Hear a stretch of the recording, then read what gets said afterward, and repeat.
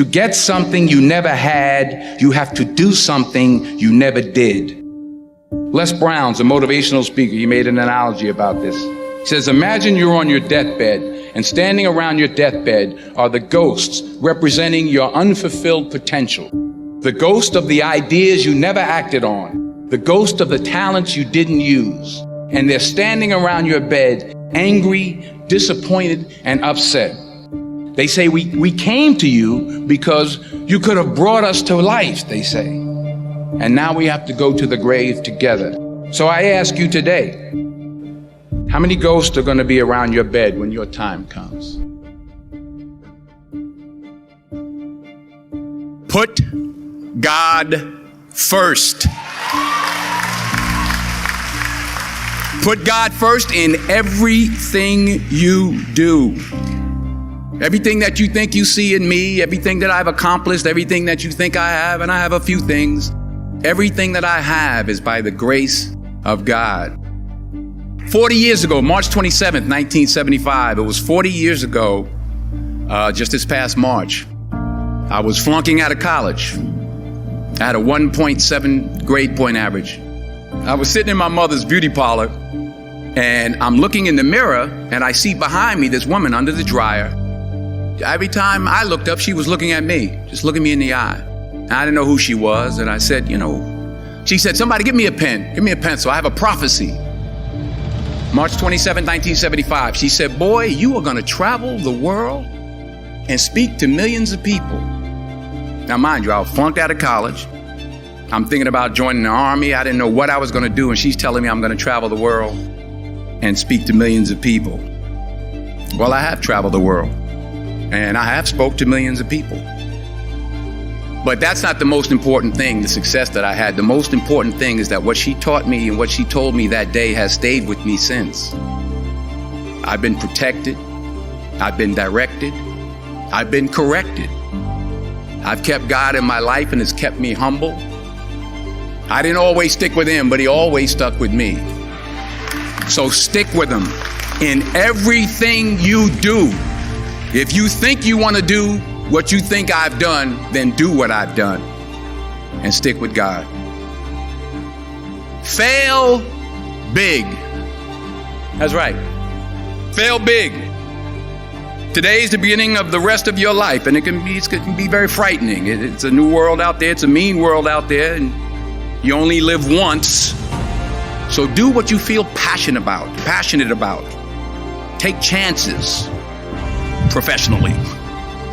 Don't be afraid to fail. There's an old IQ test, was 9 dots, and you had to draw 5 lines with a pencil within these 9 dots without lifting the pencil.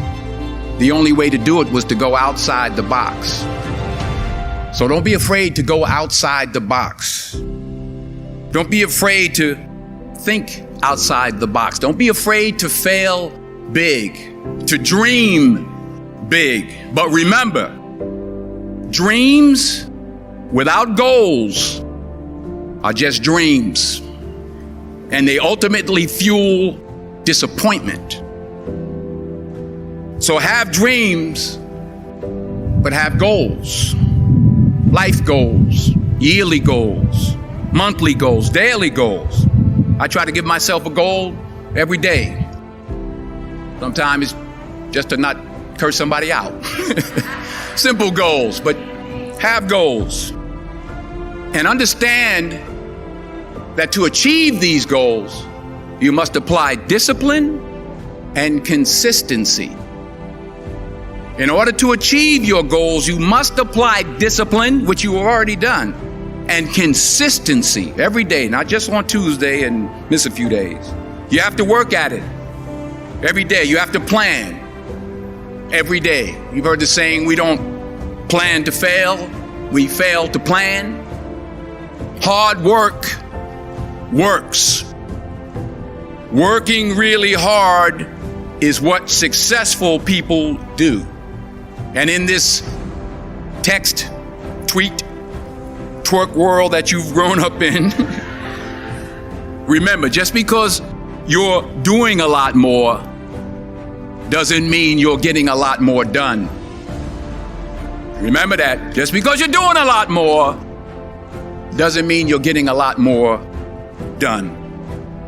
Don't confuse movement with progress. My mother told me, she said, yeah, because you can run in place all the time and never get anywhere. So continue to strive, continue to have goals, continue to progress. You'll never see a U-Haul behind a hearse. I'll say it again. You'll never see a U-Haul behind a hearse. I don't care how much money you make, you can't take it with you. The Egyptians tried it. They got robbed. That's all they got.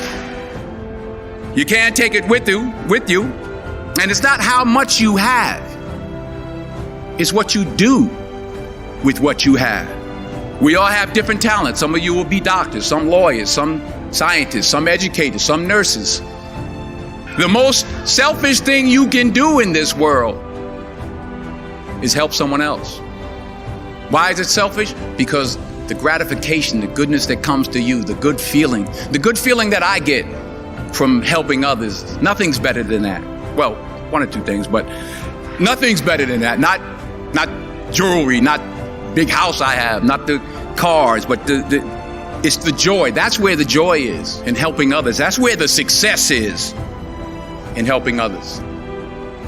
Finally, I pray that you put your slippers way under the bed tonight, so that when you wake up in the morning, you have to get on your knees to reach them. And while you're down there, say thank you for grace. Thank you for mercy. Thank you for understanding. Thank you for wisdom. Thank you for parents. Thank you for love. Thank you for kindness. Thank you for humility. Thank you for peace. Thank you for prosperity. Say thank you in advance for what's already yours. That's how I live my life. That's why I am, one of the reasons why I am today. Say thank you in advance for what is already yours. True desire in the heart for anything good is God's proof to you, sent beforehand to indicate that it's yours already. I'll say it again. True desire in the heart, that itch that you have, whatever it is you want to do, that thing that you want to do to help others and to grow and to make money, that desire, that itch, that's God's proof to you, sent beforehand already to indicate that it's yours. And anything you want good, you can have. So claim it. Work hard to get it. When you get it, reach back. Pull someone else up. Each one, teach one. Don't just aspire to make a living. Aspire to make a difference.